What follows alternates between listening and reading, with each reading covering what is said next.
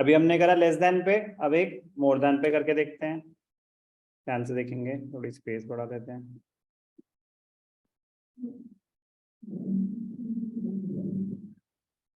थोड़ा और बड़ा कर देता हूँ, नीट हो जाएगा वो, तो थोड़ी सी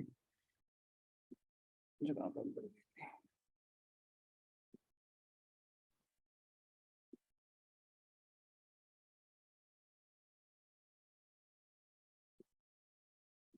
चल इजी है, बस ध्यान से करना है। मोर देन सीरीज तो क्या है? Special case, cumulative frequency given है, उसको पहले सिंपल फ्रीक्वेंसी में कन्वर्ट करेंगे, उसके बाद ही क्वेश्चन हो सकता है। तो more than 10, more than 0, more than 0, more than 10, more than 20, more than 30, तो पहले इसको कन्वर्ट करेंगे सिंपल फ्रीक्वेंसी में। तो बताओ बेटा ऋषभ, क्लास इंटरवल क्या हो जाएगा?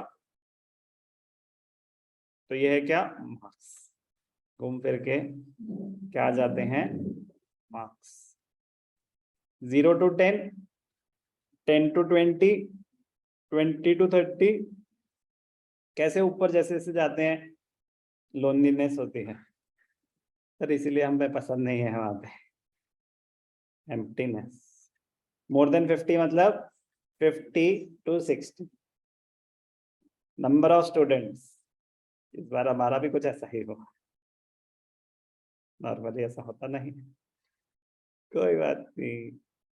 Number of students more than 0, more than 0 सब, क्योंकि मुश्किल है, नेगेटिव मार्किंग तो है नहीं कि 0 से भी कम ले आए हम, तो सब मोर देन 0। तो मतलब टोटल नंबर ऑफ स्टूडेंट्स कितने रहे होंगे? 50। 0 से ऊपर कितने बच्चों के आए? 50। 10 से ऊपर कितने बच्चों के आए? 45। तो कितने बच्चों के 0 to 10 आए होंगे? अगर सबके 0 से ऊपर हैं, सबके मतलब 50 स्टूडेंट्स के 0 से ऊपर है, और उन 50 में से 45 के 10 के ऊपर हैं, तो बताओ बच्चों 0 to 10 कितने बच्चों के आए? 5। अब समझ आए कि कैलकुलेशन तो थोड़ा लॉजिक के साथ चलेंगे कि सर ऊपर तो हम पहले कुछ और माइनस कर रहे थे, यहाँ पे कुछ और माइनस, अरे समझो ना कि ऊपर लेस देन के फॉर्म में था, तो 50 minus 45, 5। More than 10, more than 10 कितने बच्चों के आए? 45। तो अब मोर देन 10 45 है, और मोर देन 20 कितने बच्चों के आए? 38। तो अगर 10 से ज्यादा 45 बच्चों के आए, 20 से ज्यादा 38 के आए, तो बताओ 10 से 20 के बीच में कितने आए? Rishabh sorry, very good, 45 minus 37, तो ऐसे ही 38 minus 26, 26 minus 10,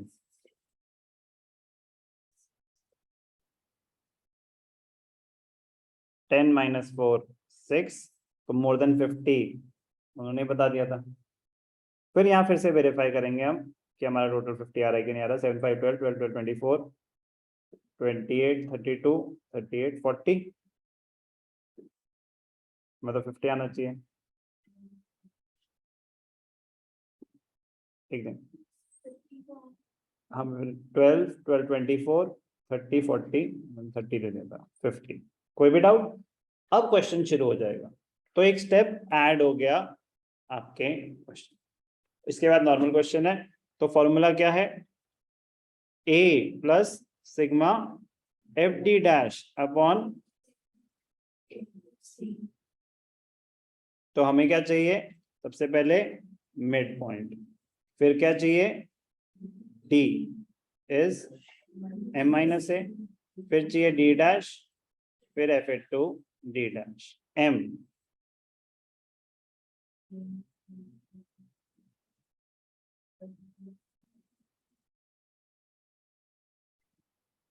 डी, तो अब आप 25 ले 35 ले, दोनों में से कोई भी ले लें।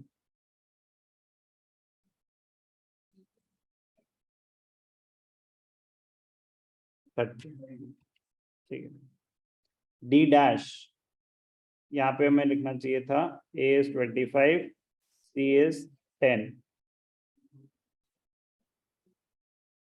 FD dash F number of students 5 into -2, 7 into 0, 16 into 1, 6 into 2, so 12, 12, 24, 24, 30, positives 40 minus 17, तो 23. तो A क्या था 25,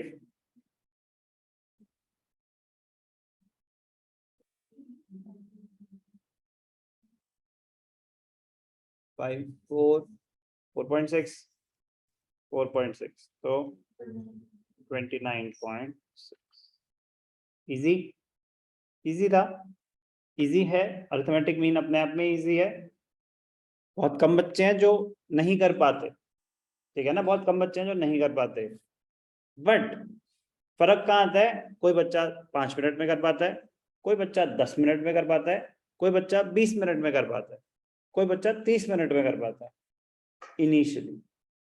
वो फर्क सिर्फ इसलिए कि जो 5 मिनट में अभी कर पा रहा है, इसने उसको पहले 50 बारी कर रखा है, ठीक है ना. तो जो अभी 20 मिनट लगा रहे हैं, वो भी जब 50 बारी कर चुके होंगे, तो वो 10 पे तो पहुंच ही चुके होंगे, इफ नॉट एट 5.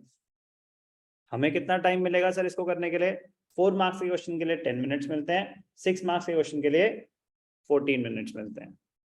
उससे 6 मार्क्स मतलब फिर लंबा होगा, वरना ये ऐसा क्वेश्चन जो अभी हमने सामने करा है 4 मार्क्स में नॉर्मली आता है. तो 4 मार्क्स के लिए आपको 10 मिनट्स ही मिलते हैं.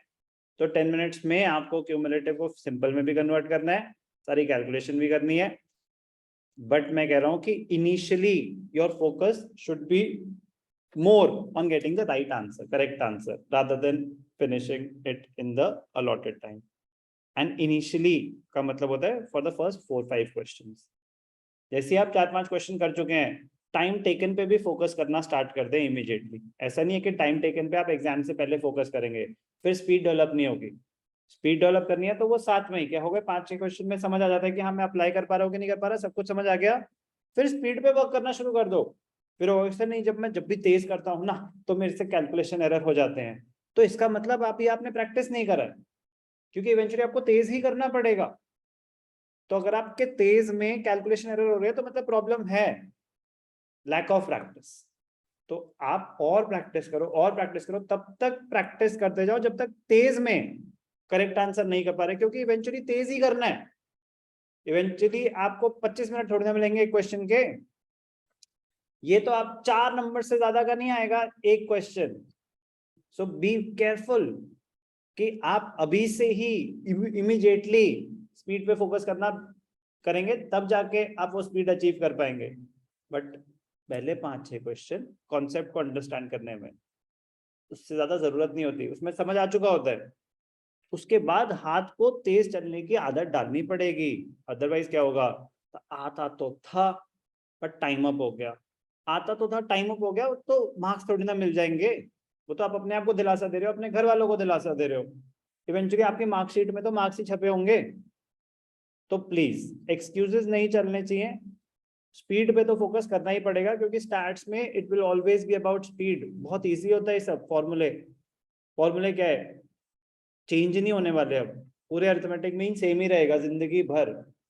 तो वो तो 5 मिनट का काम था.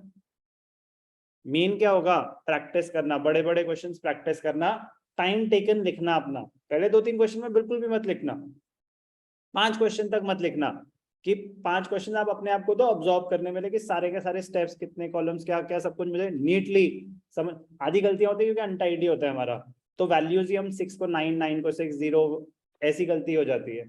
तो नीटली लिखेंगे, आपके नंबर्स ढंग से आपको दिखें, फिर उसके बाद स्पीड पे आएंगे. बट यही तो देखना है कितनी स्पीड तक मैं भाग रहा हूं कि मैं गिरता नहीं हूं. गिर रहा हूं बार बार, तो फिर आराम से चलो. लेकिन सर एंड में जाके गिर जाता हूं, तो फिनिश लाइन तो आई नहीं ना. तो उससे अच्छा होगा कि स्पीड स्लो कर दो फिर. तो फिर प्रैक्टिस करते जाओ, करते जाओ, करते जाओ, जब तक आप फास्ट पेस में खत्म नहीं कर देते. बट लेकिन सबकी अपनी स्पीड होगी ना, तो don't try to compete with anyone else, just try to beat your previous best. उतना सारा सिंपल सा फोकस होना चाहिए कि पिछली बार मैंने ये क्वेश्चन 15 मिनट में किया था, अभी मेरे को ये 12 मिनट में करना है. देखता हूँ कर पाता हूँ कि नहीं कर पाता. जब तक आप अपने आप को चैलेंज नहीं करेंगे, आपका स्टैमिना बिल्डअप नहीं होगा, आप अपनी पोटेंशियल तक नहीं पहुंच पाएंगे। दूसरों से नहीं होना चाहिए, मतलब अपने से जरूर होना चाहिए कि यार मैं अपने आप को तो इम्प्रूव करूं, कि मैं जिस लेवल पे हूँ इससे बेटर करूं, फिर इससे बेटर करूं। जब आ जाए वो कॉन्फिडेंस, चल अब इसको दिखाता हूँ। पहले अपने आप को, कि एक छोटा सा एग्जाम्पल, जैसे मैं साइकिलिंग करने जाता था, कुछ लोग हैं जो 5 किलोमीटर भी नहीं चला सकते। अब मैंने 50-50 किलोमीटर साइकिल चलाई हुई है। फिर मैंने कहा इनके साथ मजा नहीं आ रहा, अब मेरे को दूसरे ग्रुप में जाना है। फिर मैं जब गया तो मैंने देखा कि वो लोग 50 किलोमीटर तो चला रहे हैं, बट वो चला रहे हैं 24 किलोमीटर पर आवर की स्पीड पे। मैं चलाता था 18 to 19 किलोमीटर पर आवर की स्पीड पे। बहुत फर्क होता है साइकिल में, 4 किलोमीटर की एवरेज स्पीड बढ़ाना भी। 20 तक पहुंच जाता था मैं खींचता उनके। मैं उनके साथ compete ही नहीं कर पाया, मैंने उनके साथ साइकिलिंग करनी ही छोड़ दी। तो मतलब मुझे समझ आ गया ना कि भाई ठीक है कि सब होंगे, कि मेरे से पीछे भी होंगे, मेरे से आगे भी बहुत होंगे। तो उनको करने के चक्कर में 3-4 बार ऐसा हुआ कि मेरी टांग एक एक हफ्ते तक दर्द रहती थी, कि I was just trying to compete with them. क्या क्यों मैं क्यों नहीं चला सकता? मतलब मैं 50-50 किलोमीटर साइकिल चला सकता, तो मैं 24 की स्पीड पे क्यों नहीं चला सकता? मजाक नहीं होता। मतलब पॉइंट है कि हर एक चीज जरूरी नहीं है कि आप कर पाओ। तो अपनी लिमिट सेट करनी भी जरूरी है। सबकी अपनी अपनी स्ट्रेंथ होंगी, किसी और चीज में आप बेटर हो सकते हो, लेकिन तब तक पुश करो अपने आप को। लेकिन जब लगे ना कि उसकी वजह से क्वालिटी में कॉम्प्रोमाइज हो रहा है, तो रुक जाओ, कि भैया ये था मेरा ऑप्टिमम टारगेट, ये था मेरा मतलब maximum possible which I could have achieved by giving my best. Now I need to focus on other areas as well. तो वो भी जरूरी है कि आपको ये समझ आ जाए, पहले अपनी जान तो लगाओ, तो पता चल जाएगा कि हो सकता है कि नहीं हो सकता। तो बहुत बेसिक चीज है, बट मैं यही कह रहा हूँ कि जरूरी नहीं है कि 5 मिनट में आपसे हो जाए, कोशिश भी मत करना, फिर गलत कर रहे होगे उसका कोई फायदा नहीं। तो वो हमारा टारगेट ही होना, जब हमें को अलॉटेड टाइम ही 12 से 14 मिनट है, तो मैं अगर कर पाऊँ तो बहुत अच्छी बात है, नहीं कर पाऊँ तो I am not at any loss. अगर कर पाए तो हाँ ठीक है, पेपर मेरा जल्दी खत्म हो जाएगा, रिवीजन का टाइम होगा, बट वो तो एक कंफर्ट है ना। नेसेसिटी को कॉम्प्रोमाइज करके कंफर्ट पे नहीं जाते। प्रायोरिटीज क्लियर होनी चाहिए, अपने से मतलब होना चाहिए, कि जब आपको लगता है कि हाँ ठीक है, मतलब खुद को पता चल जाता है कि मैं अभी अपने पोटेंशियल पे ऑपरेट नहीं कर रहा, अभी स्कोप है और इम्प्रूवमेंट का, तो पुश करो। जब लगता है कि पूरी जान लगा दी, अब बॉडी वेयर आउट हो रही है, तो रुक जाओ, क्योंकि बहुत जरूरी है उसको एंजॉय करना। It is just the beginning, it is just the beginning. आपको पूरी 11th अच्छे से करनी है, आपको पूरी 12th अच्छे से करनी है, तो सस्टेनेबल अप्रोच डालेंगे। तो ये नहीं कि एग्रेसिव होके हम कुछ ऐसी चीज कर ले जो हम सस्टेन ना कर पाए। ठीक है ना, सबको मन करता है कि मेरे को बहुत अच्छा करना है, बहुत अच्छा करना है, और तो जिसको बहुत मन होता है और जिसके कमाए उसको और ज्यादा बुरा लगता है। तो मुझे तो बुरा लगा है, लेकिन at the same time balance maintain भी करना है। ठीक है ना, मतलब इनसैनिटी वाले मोड पे नहीं जाना, हम पागल नहीं है। आराम से आइडेंटिफाई करनी है मिस्टेक्स, और उन पे वर्क करना है, और एंजॉय भी करनी है लाइफ।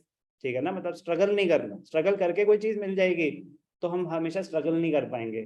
फिर आप एक बार तो मिल जाएगी, बार बार नहीं मिलेगी, क्योंकि आप वो चीज एंजॉय नहीं कर रहे होगे।